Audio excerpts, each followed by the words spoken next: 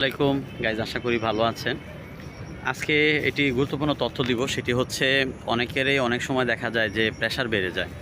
এইটা প্রেশারের কোনো ব্যথা না, হয়তো আপনার ঘুমের কারণে ঘুম উল্টাপাল্টা হয়েছে। আপনি যখন ঘুমিয়েছিলেন তখন আপনার ঘাড় আঁকাবাঁকা থাকার কারণে এই রগে ব্লাড সার্কুলার বন্ধ হয়ে যাওয়ার কারণে আপনার হয়তো ব্যথা করছে। আর যদি প্রেশারের ব্যথা থাকে তাহলে আপনি মাথা নিচু করলেই আপনি বুঝতে পারবেন যে যদি করে তাহলে বুঝবেন যে এটা প্রেশারের ব্যথা। তো প্রেশার হাই হলেও ব্যথা করে, প্রেশার লো হলেও ব্যথা করে। প্রথম যে কাজটি করতে হবে, প্রেশারটি মেপে নিতে হবে। সেজন্য আপনাকে একটি ফার্মেসিতে যেতে হবে, গিয়ে প্রেশারটা মেপে নেবেন। যদি প্রেশার হাই হয় সেক্ষেত্রে কী করবেন? এই যে তেঁতুল দেখতে পাচ্ছেন আমার হাতে, আমি তেঁতুল নিয়ে রাখছি, কারণ আমি সকালবেলা প্রেশার মেপে দেখি আমার প্রেশার অনেক হাই হয়ে গেছে। তখন আমি বাসা থেকে তেঁতুল নিয়ে আসছি, একদম পাকা তেঁতুল। এটি কিন্তু পাকা তেঁতুল কিন্তু অনেক কাজে কিন্তু আসে।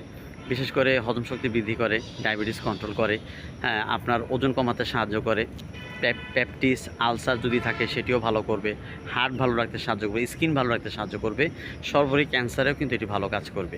তো আপনি যদি কিছুটা পরিমাণ তেঁতুল যদি পানিতে গুলিয়ে যদি খেয়ে নেন, সাথে সাথে কিন্তু আপনার এই প্রেশার কিন্তু কন্ট্রোলে চলে আসবে।